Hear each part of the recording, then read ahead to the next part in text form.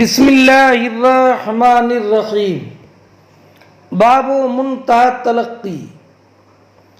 یہ باب ہے تلقی کے جواز کے منتہا کے بیان میں۔ ما سبق میں یہ بیان فرمایا کہ باہر سے آنے والے تجارتی قافلوں کا غلہ شہر سے باہر نکل کر بازار آنے سے پہلے ہی ان کا غلہ خرید لینا بعض صورتوں میں مکروہ اور ممنوع ہے۔ تو امام بخاری رضی اللہ تعالی عنہ یہ باب قائم کر کے یہ بتاتے ہیں کہ تجارتی قافلے جو آ رہے ہیں ان کا غلہ خریدنا جائز ہو، اس جواز کا منتہا کیا ہے۔ تو حضرت امام بخاری رضی اللہ تعالی عنہ نے بتایا کہ وہ ہے شہر کے مارکیٹ کا کنارہ، یعنی اگر تجارتی قافلہ مارکیٹ کے کنارے پر آ گیا، سرے پر آ گیا، تو اب ان کا غلہ خرید لینا یہ مکروہ نہیں ہے۔ اور جو تلقی حرام ہے، ممنوع ہے، وہ ہے جو شہر سے باہر ہو۔ ایک بات یاد رکھیں کہ تلقی کے لیے ایک ابتدا ہے اور ایک انتہا ہے۔ تلقی کی ابتدا تو اس کا غلے والے کا گھر سے نکلنے سے لے کر بازار پہنچنے تک ہے، اور انتہا تلقی کی یہ ہے کہ انسان مارکیٹ کے کنارے سے آگے بڑھ کر کے ان کا غلہ خریدے، تو یہ تلقی میں آئے گا، اور یہ بعض صورتوں کے اندر مکروہ اور ممنوع رہے گا۔ لیکن اگر آنے والے قافلے کا غلہ مارکیٹ کے کنارے پر خریدا تو یہ جائز ہے، جیسے کہ ابھی عبداللہ ابن عمر رضی اللہ تعالی عنہ کی روایت آتی ہے۔ دوسری بات یہ بھی ذہن نشین رکھی جائے کہ تلقی اسی وقت میں ممنوع اور مکروہ ہے کہ جب کہ شہر کا باشندہ شہر سے نکل کر شہر سے باہر تجارتی قافلے کے غلے کو خریدے۔ لیکن اگر کسی کا مکان ہی شہر کے باہر ہے اور تجارتی قافلے اس کے دروازے کے سامنے سے گزرتے ہیں، اس کے گھر کے پاس سے گزرتے ہیں، اور وہ ان سے غلہ خریدتا ہے اس غلے کے منڈی پہنچنے سے پہلے، تو یہ مکروہ اور ممنوع نہیں ہے۔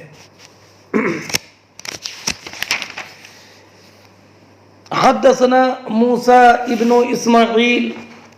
قال حدثنا جویریہ عن نافع عن عبد اللہ قال كنا نتلقى الركبان فنشتري منهم الطعام فنهانا النبي صلی اللہ علیہ وسلم ان نبيعه حتى نبلغ به سوق الطعام۔ امام بخاری فرماتے ہیں کہ ہم سے حدیث بیان کی موسیٰ ابن اسماعیل نے، انہوں نے کہا کہ ہم سے حدیث بیان کی جویریہ ابن اسما ابن عبید نے، انہوں نے روایت کیا نافع سے، وہ روایت کرتے ہیں عبداللہ ابن عمر سے۔ عبداللہ ابن عمر رضی اللہ تعالی عنہ بیان فرماتے ہیں کہ ہم قافلوں کے پاس خود پہنچ جاتے اور ان کے شہر میں پہنچنے سے پہلے وہیں غلہ خرید لیتے، تو نبی اکرم صلی اللہ تعالی علیہ وسلم نے ہمیں اس بات سے منع فرمایا کہ ہم اس غلے کی منڈی میں پہنچنے سے پہلے ہم اس کو بیچیں۔ ہم اس کو بیچیں۔ اب مطابقت ترجمۃ الباب سے یہ ہے کہ نبی اکرم صلی اللہ تعالی علیہ وسلم نے انہیں غلہ خریدنے سے منع نہیں فرمایا، بلکہ خریدنے کی جگہ بیچنے سے منع فرمایا، اور فرمایا کہ جہاں خریدا ہے وہیں پر مت بیچو، بلکہ اس کو منڈی میں منڈی میں لے جاؤ اور منڈی میں لے جا کر کے بیچو۔ تو اس سے یہ معلوم ہوا کہ یہ تلقی غیر منہی عنہ ہے، ممنوع نہیں ہے۔ اور اس حدیث سے یہ بھی معلوم ہوا کہ جو سرکار نے فرمایا کہ فنہانا النبی صلی اللہ علیہ وسلم ان نبیعہ، کہ نبی کریم علیہ السلام نے ہم کو اس کے بیچنے سے منع فرمایا، یہاں تک کہ ہم اس کو غلہ منڈی میں لے جائیں۔ تو اس سے یہ معلوم ہوا کہ تلقی کا منتہا یہ ہے کہ بازار کے کنارے سے انسان نکل کر کے جائے اور بازار کے کنارے سے دور جا کر خریدے، لیکن اگر بازار کے کنارے پر خریدتا ہے تو یہ ممنوع نہیں ہے۔ ایک بات یہ بھی یاد رکھیں کہ دو چیزوں سے سرکار نے منع فرمایا۔ ایک تو اس چیز سے منع فرمایا کہ کوئی شہری گاؤں والے کا غلہ خود نہ خریدے۔ کیوں؟ تو اس کی حکمت یہ ہے کہ جب دیہات والا خود بیچے گا منڈی میں آ کر تو پورے بازار والے کو اس کا فائدہ پہنچے گا اور سب سستا خریدیں گے، تو اس کا نفع پورے شہر والوں کو پہنچے گا۔ تو شریعت کی اس مقام پر نظر شہر والوں پر ہے، اور شہر والوں پر نرمی کرنے کے لیے منع فرمایا کہ کوئی تنہا جا کر کے دیہات والے کا غلہ خرید کر اس کو نہ بیچے، ورنہ تو شہر والوں کو غلہ مہنگا ملے گا اور تنہا اسی کو سستا ملے گا۔ اور نبی اکرم علیہ السلام نے یہ بھی اس سے بھی منع فرمایا کہ کوئی تجارتی قافلے کا غلہ شہر سے باہر نکل کر کے نہ خریدے، اس لیے کہ جب سستا خرید لے گا ان سے تو پھر بازار والوں کو یہ مہنگا بیچے گا، تو اس کی ممانعت کی علت بھی بازار والوں کے ساتھ لحوق ضرر ہے۔ اس لیے دونوں مسئلوں میں تناقض نہیں ہے، بلکہ جو حکمت تلقی رکبان کی ممانعت کی ہے وہی حکمت بیع الحاضر للبادی کی ممانعت کی ہے۔ قال ابو عبداللہ هذا فی آل السوق یبینہ حدیث عبید اللہ۔ امام بخاری رضی اللہ تعالی عنہ فرماتے ہیں کہ اس میں جو حدیث آپ نے پڑھی کہ کننا نتلقی الرکبانا، اس تلقی سے مراد بازار کے کنارے پر ہم سواروں سے غلہ خرید لیتے تھے، شہر سے باہر نکل کر کے نہیں، بلکہ حضرت عبداللہ ابن عمر جو فرماتے ہیں کننا نتلقی الرکبانا، ہم شہر والوں سے آگے شہر والوں کی طرف بڑھ کر کے غلہ خرید لیتے تھے۔ تو اس سے مراد یہ ہے کہ شہر سے باہر نہیں نکلتے تھے، بلکہ بازار کے کنارے پر، بازار کے سرے پر کنارے پر ہم جا کر کے ان سے غلہ خریدتے تھے۔ اس لیے سرکار نے اس غلے کی خریداری سے منع نہیں فرمایا، بلکہ یہ فرمایا کہ جو غلہ تم نے بازار کے کنارے پر خریدا ہے اسے وہیں پر مت بیچو، یہاں تک کہ اسے منڈی میں، مارکیٹ میں لے آؤ۔ امام بخاری نے اسی طرف اشارہ کیا کہ ھذا فی آل السوق، کہ یہ تلقی جو اس حدیث میں مذکور ہے عبداللہ ابن عمر کی، یہ بازار کے وہ ہے جو بازار کے کنارے پر تھی۔ یبینہ حدیث عبید اللہ، اس کی وضاحت عبید اللہ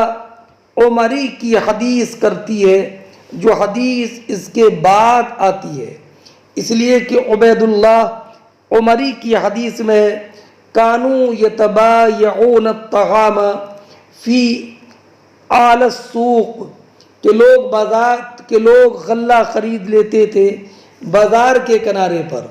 تو اس سے یہ معلوم ہوا کہ وہی تلقی ممنوع ہے جو شہر سے باہر ہو۔ فرماتے ہیں قال ابو عبداللہ، ابو عبداللہ امام بخاری ہیں،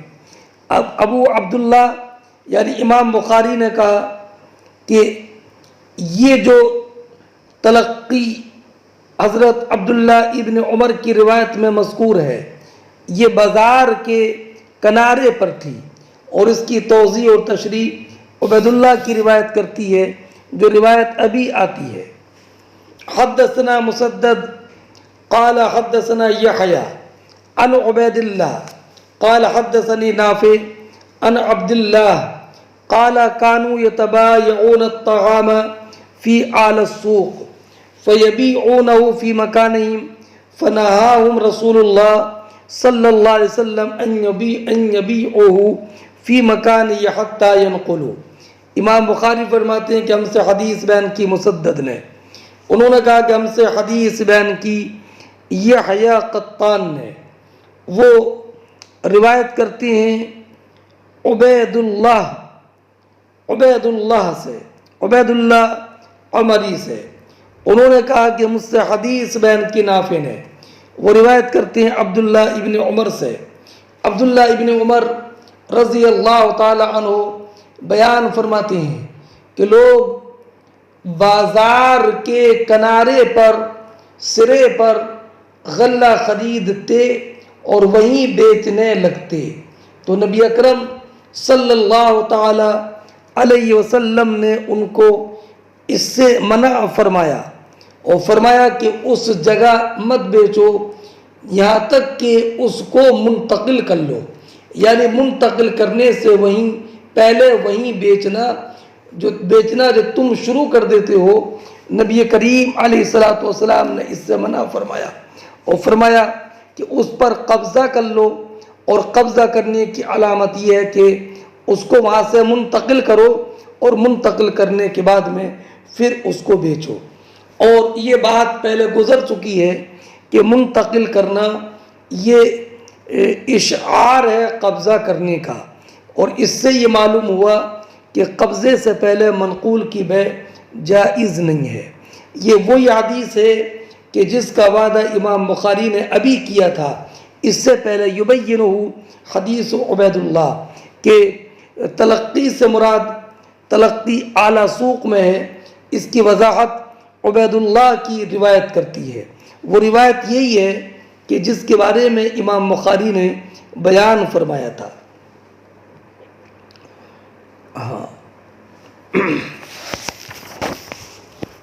حتیٰ یہ جو فرمایا فنہاہم رسول اللہ، نبی کریم علیہ السلام نے ان کو منع فرمایا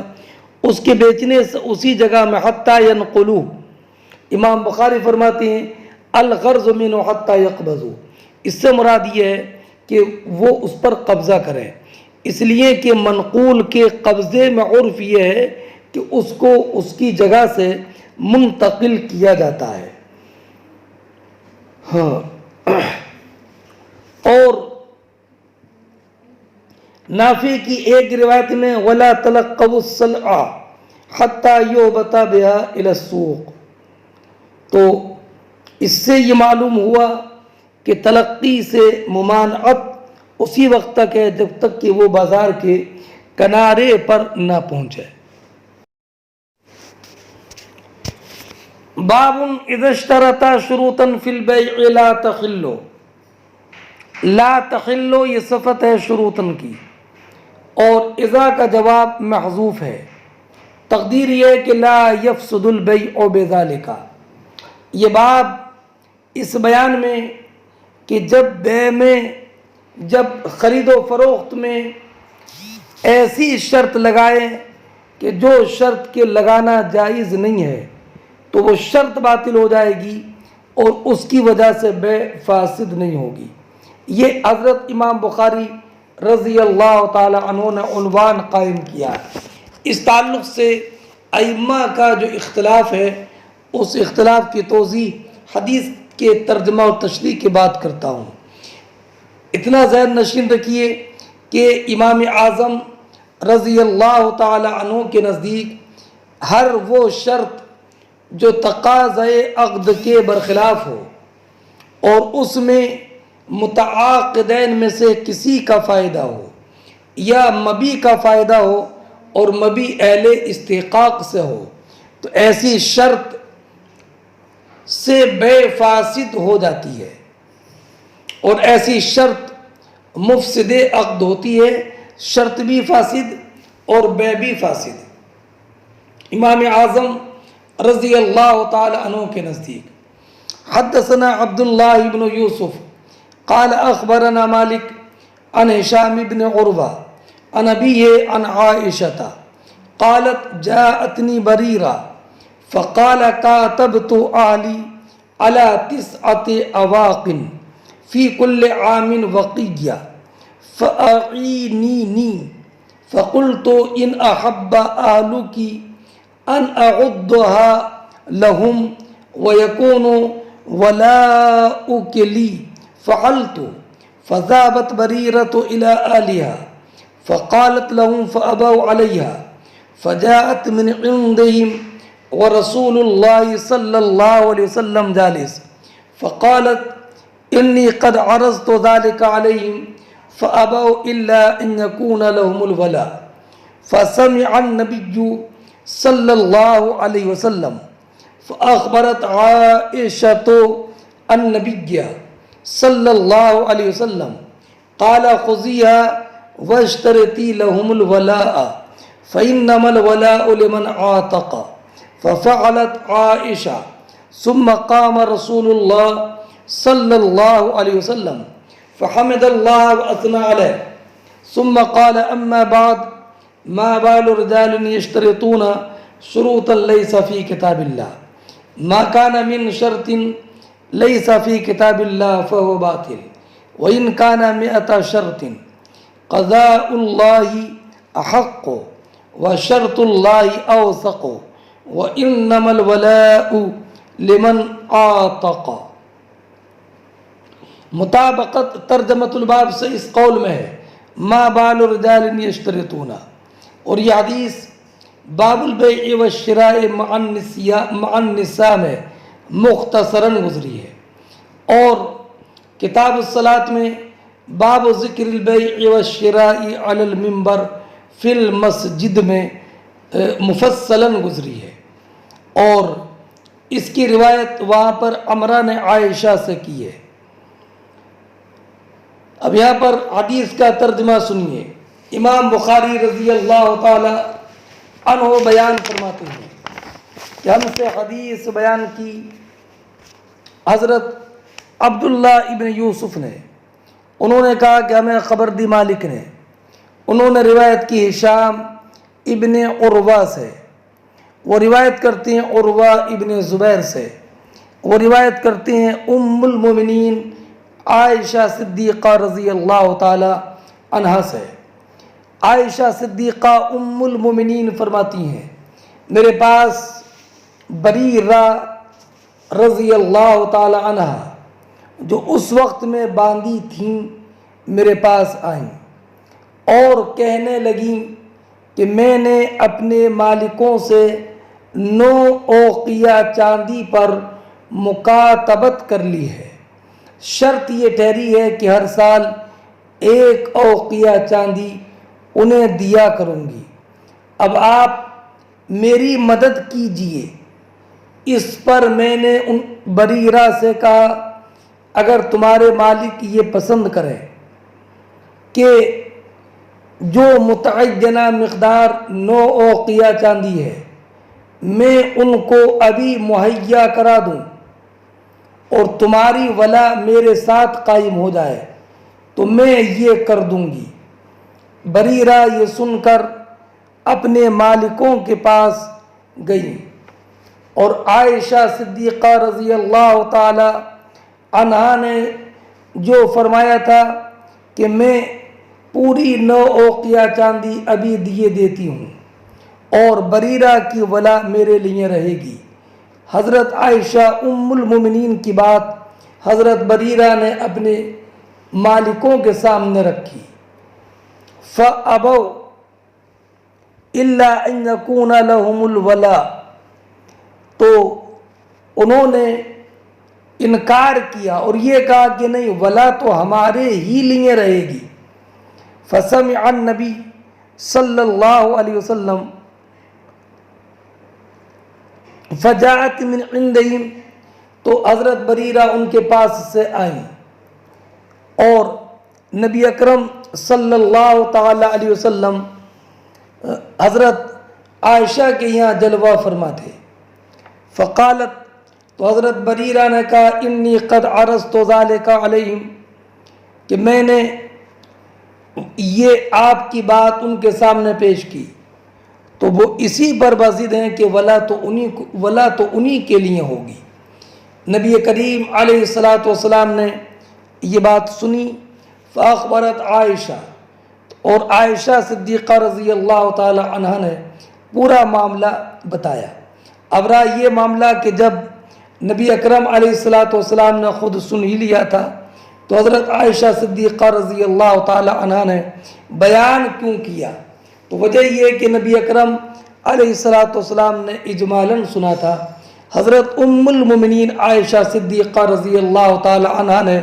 مفصلاً بیان فرمایا۔ تو نبی کریم علیہ الصلاۃ والسلام نے فرمایا خذیہا، خذیہا، کہ تم بریرہ کو لے لو، انہیں خرید لو، واشترطی لہم الولا، اور انہیں ولا کی شرط لگانے دو، ولا کی شرط لگانے دو۔ فإنما الولاء لمن اعتق، بے شک ولا تو اسی کی ہوتی ہے جو آزاد کرے۔ عائشہ ففعلت عائشہ، تو حضرت عائشہ صدیقہ رضی اللہ تعالی عنہ نے ویسے ہی کیا۔ پھر نبی کریم علیہ الصلاۃ والسلام صحابہ کرام کے مجمع میں تشریف لے گئے۔ فحمد اللہ واثنى علیہ، اللہ رب العزت کی حمد و ثنا بیان کی۔ اس کے بعد کہا اما بعد ما بال رجال یشترطون شروطا لیس فی کتاب اللہ، فرمایا لوگوں کو کیا ہوا ہے کہ وہ خرید و فروخت میں ایسی شرطیں لگاتے ہیں جن کی کتاب اللہ میں کوئی اصل نہیں ہے۔ اور فرمایا ما کانا من شرط لیس فی کتاب اللہ، جو بھی ایسی شرط لگائے جو کتاب اللہ میں، جس کی اصل کتاب اللہ میں نہ ہو، وہ شرط باطل ہے، چاہے وہ ایسی شرط 100 مرتبہ کیوں نہ لگا لے یا ایسی 100 شرطیں کیوں نہ لگا لے۔ اور فرمایا قضاء اللہ احق، اللہ کا فیصلہ ہی بہت صحیح اور حق ہے۔ وشرط اللہ اوثق، اور اللہ کی شرط ہی مضبوط ہے۔ وَإِنَّمَا الْوَلَاءُ لِمَنْ عَاتَقَ، ولا تو اسی کے لیے ہے جس نے آزاد کیا ہے۔ ہاں، اب علامہ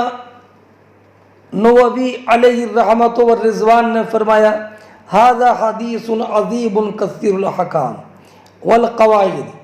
یہ عظیم حدیث ہے، اس سے بہت سارے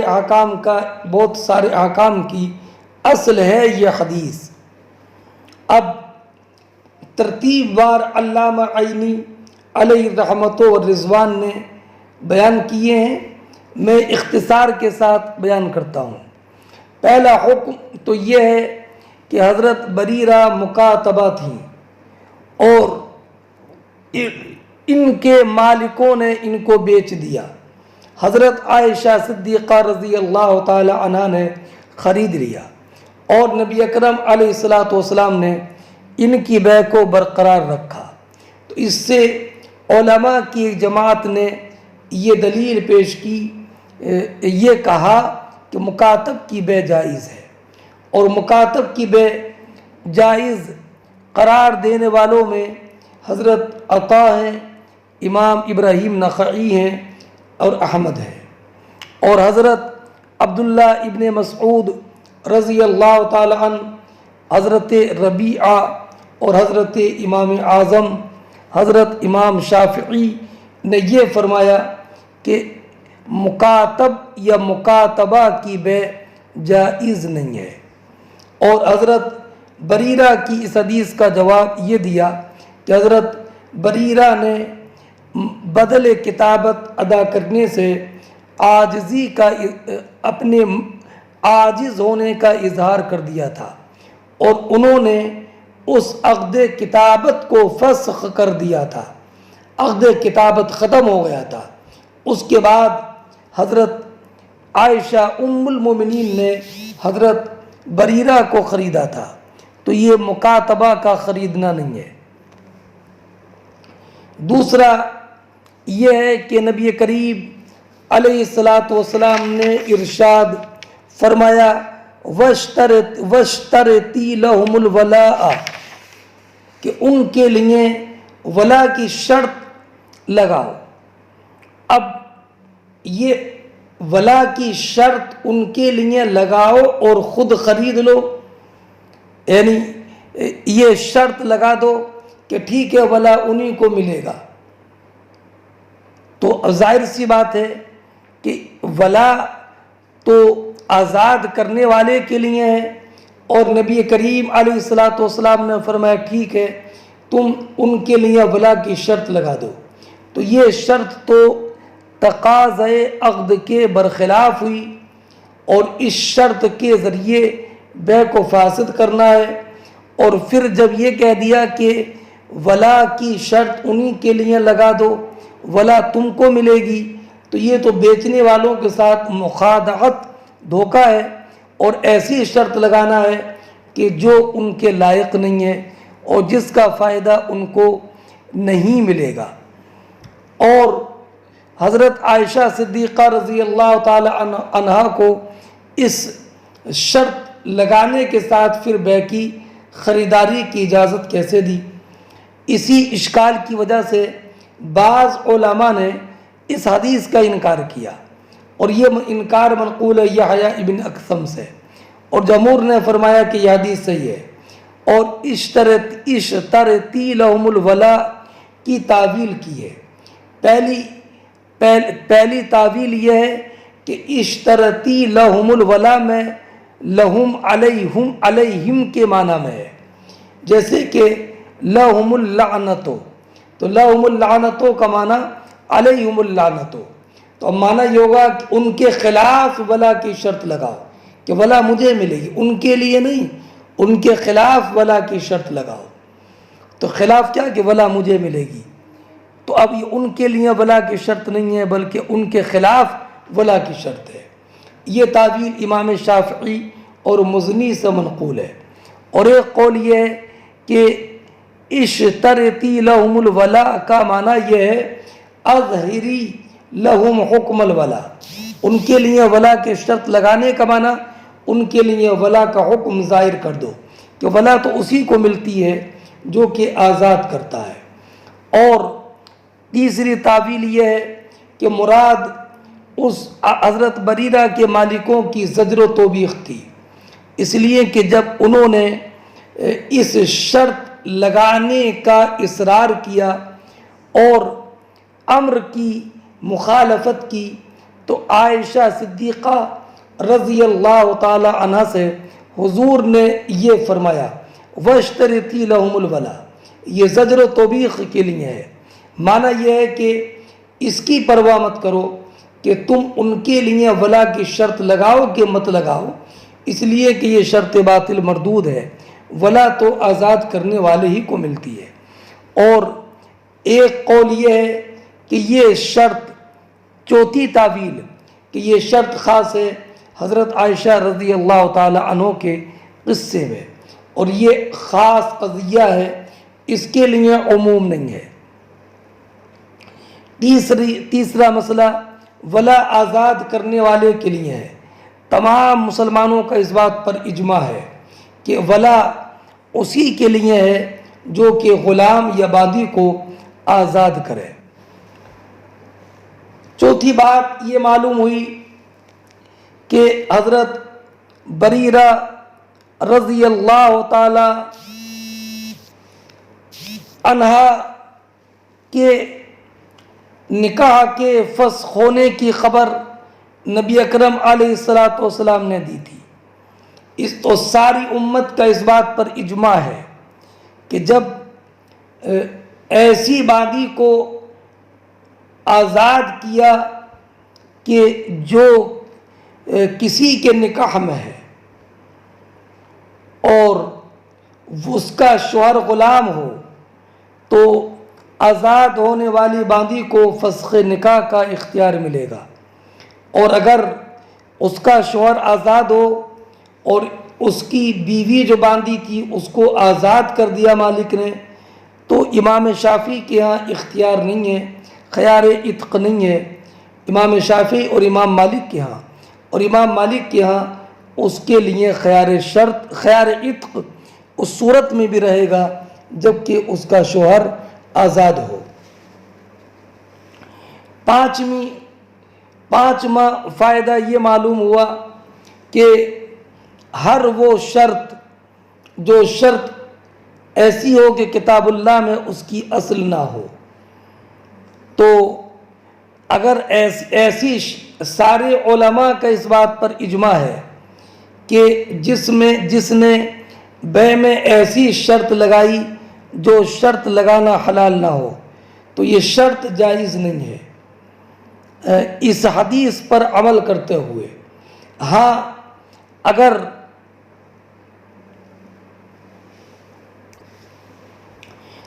اس کے علاوہ اور کوئی شرط لگائی تو اب مختلف قول ہیں۔ ایک جماعت کا قول یہ کہ بے جائز ہے اور شرط باطل ہے حضرت بریرہ کی حدیث کی نص کی وجہ سے۔ یہ قول ابن ابی لیلہ، حسن بصری، شعبی، ابراہیم نخعی، حکم ابن جریر اور ابو ثور کا ہے۔ اور دوسری جماعت کا قول یہ ہے کہ شرط بھی جائز اور بے بھی جائز، اور ان کی دلیل حضرت جابر ابن عبداللہ کی روایت ہے کہ ان کی بے میں شرط یہ تھی کہ انہوں نے اونٹ بیچا تھا نبی کریم علیہ السلام کے دستے مبارک پر، سرکار نے اونٹ خریدا اور شرط یہ لگائی تھی حضرت جابر نے کہ وہ اس اونٹ پر سوار ہو کر جائیں گے مدینہ تک۔ تو اب وہ گئے بھی اور بے کو بھی نافذ رکھا۔ یہ روایت حماد اور ابن شبرمہ اور بعض تابعین کی ہے۔ اور تیسری جماعت کا قول یہ ہے کہ بے بھی باطل ہے اور شرط بھی باطل ہے، اور انہوں نے دلیل پیش کی وہ حدیث مروی ہے عمرو ابن شعیب عن ابی عن جدہ سے کہ ان النبی صلی اللہ علیہ وسلم نہا عن بیع و شرط، کہ نبی اکرم علیہ السلام نے بیع و شرط سے منع فرمایا۔ اور یہ قول حضرت عمر کا ہے، عبداللہ ابن عمر کا ہے، عبداللہ ابن مسعود کا ہے، علماء کوفیین کا ہے۔ اور کبھی امام مالک کے نزدیک بیع اور شرط دونوں جائز ہوتی ہیں۔ مثلا بائع ایسی شرط لگائے کہ جو کہ بیع کے صفق عقد بیع میں داخل نہ ہو، جیسے مثلا کوئی ایک گز خریدے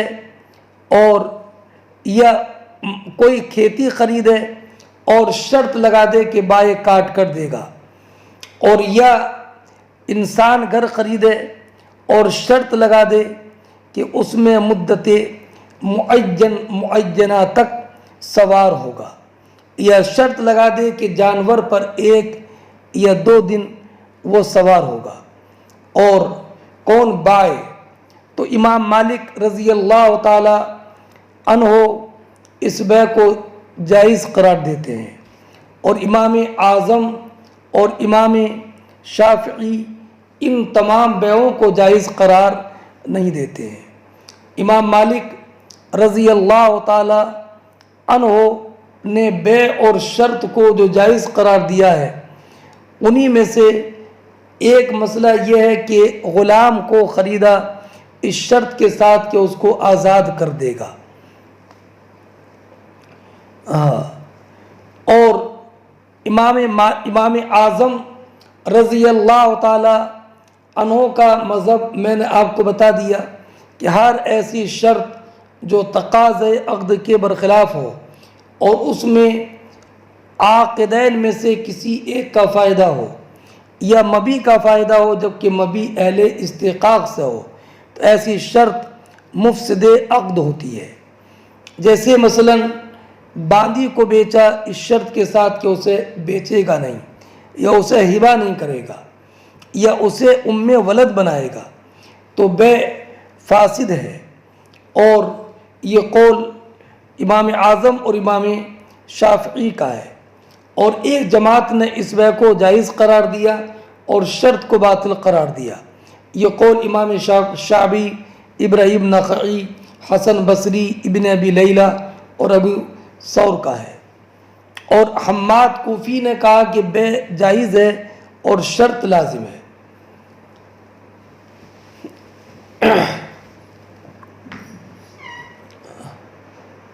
حضرت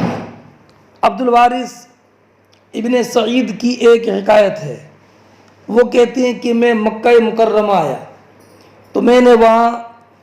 عراق کے 3 فقیہوں کو پایا، فقہا کو پایا، امام اعظم، ابن ابی لیلہ اور ابن شبرمہ۔ تو میں نے امام اعظم سے مسئلہ معلوم کیا کہ آپ کیا کہتے ہیں اس انسان کے بارے میں جس نے کہ کوئی سامان بیچا اور خلاف عقد کوئی شرط لگا دی؟ تو امام اعظم نے فرمایا کہ بیع بھی باطل ہے اور شرط بھی باطل ہے۔ اب عبد الوارث ابن سعید کہتے ہیں کہ میں ابن ابی لیلہ کے پاس آیا، میں نے ان سے معلوم کیا تو انہوں نے کہا کہ بیع جائز ہے اور شرط باطل ہے۔ پھر میں ابن شبرمہ کے پاس آیا تو میں نے ان سے یہ مسئلہ معلوم کیا تو انہوں نے کہا کہ بیع بھی جائز ہے اور شرط بھی جائز ہے۔ تو میں نے کہا سبحان اللہ، عراق کے 3 فقیہ اور ایک مسئلے میں الگ الگ رائے رکھتے ہیں۔ تو میں امام اعظم کے پاس پھر آیا اور میں نے انہیں بتایا کہ ان دو نے الگ جواب دیا۔ تو امام اعظم نے فرمایا کہ میں یہ نہیں جانتا کہ انہوں نے کیا کہا، میں نے جو کہا کہ بیع باطل ہے اور شرط باطل ہے، تو میری دلیل ہے کہ حضرت عمر ابن شعیب نے عن ابی عن جدی روایت کیا کہ ان النبی صلی اللہ علیہ وسلم نہا عن بیع و شرط،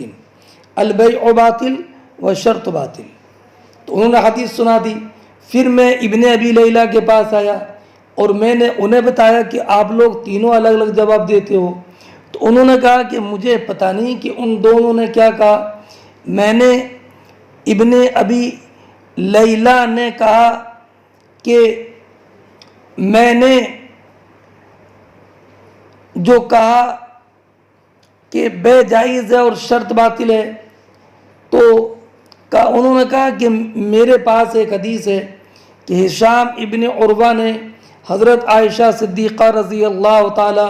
عنہ سے روایت کی کہ نبی کریم علیہ الصلوۃ والسلام نے مجھے حکم دیا کہ میں بریرہ کو خرید کر اس کو آزاد کر دوں،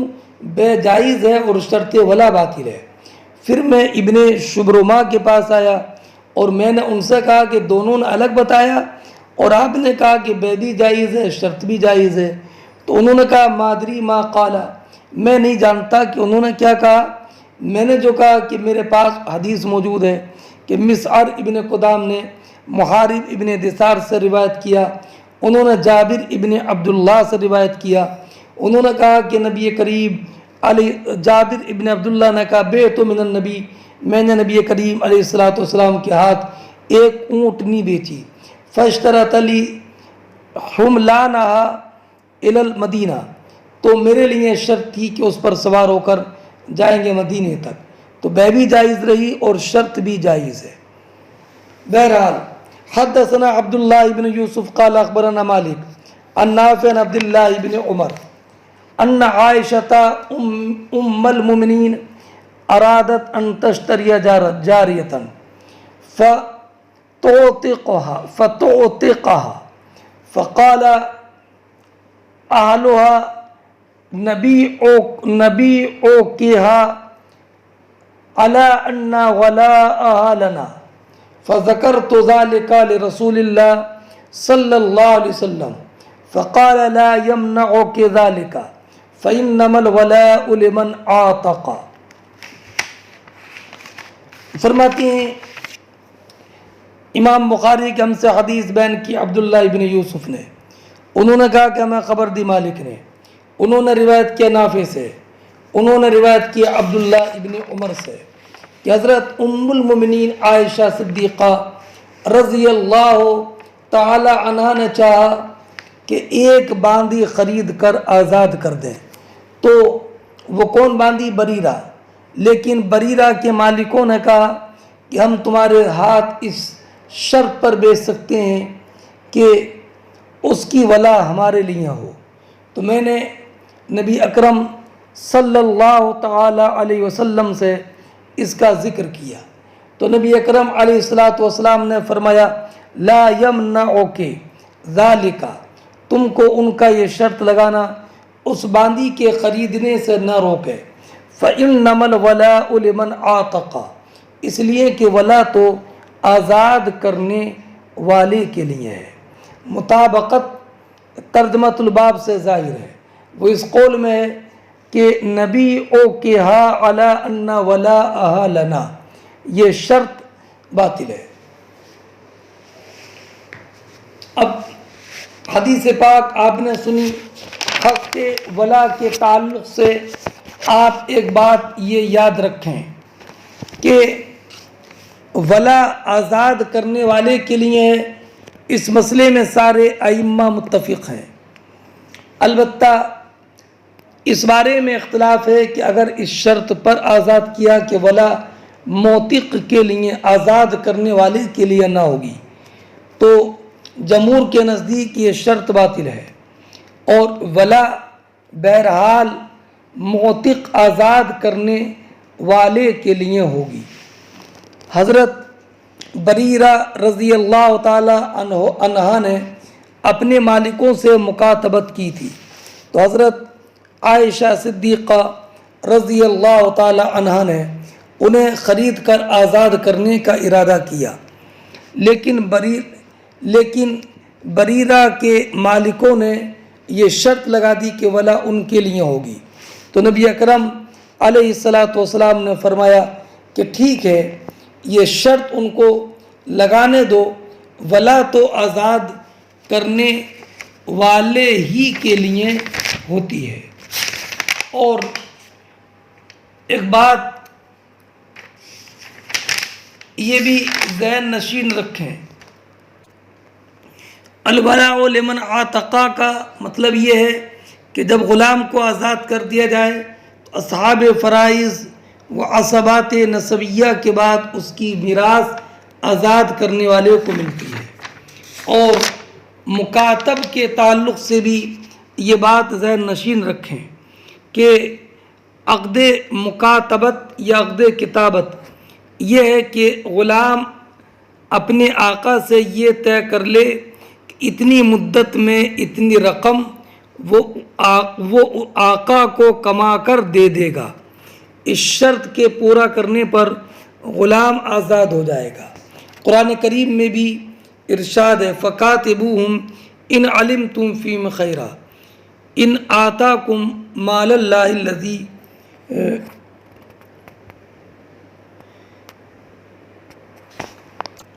فَكَاتِبُوهُمْ إِنْ عَلِمْتُمْ فِيهِمْ خَيْرًا